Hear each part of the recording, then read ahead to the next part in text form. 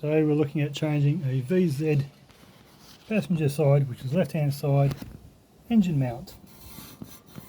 In 2005 the engine mount has collapsed, the hydraulic filled. Yes, that's how in there. Fun and games getting to it.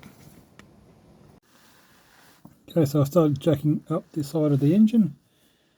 You can see the engine mount there is collapsed. Okay, taking a bit of pressure off it. See the oil that has leaked everywhere from that suspension.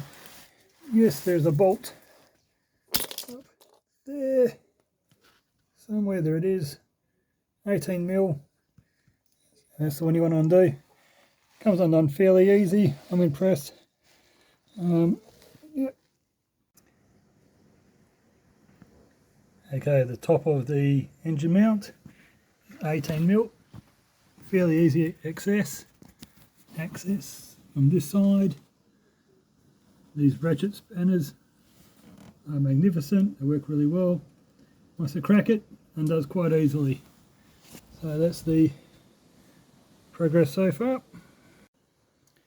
When it came to doing the top nut on the engine mount, and access from this side, much easier. These ratchet spanners work really well. Now I've got to jack up the motor and see how we go. Okay, so after a bit of mucking around, I've decided to go for the tilt and the lift, which is actually giving me better results. And it's actually starting to lift off. So hopefully a bit more mucking around, I should be right. Just be wary that you have stuff on this side that you don't want to break and crush. So just be careful. Okay, so after changing engine mount, we're driving a bit rough. And nothing's broken. That's the main concern on this side. It's connected on this side, which is good.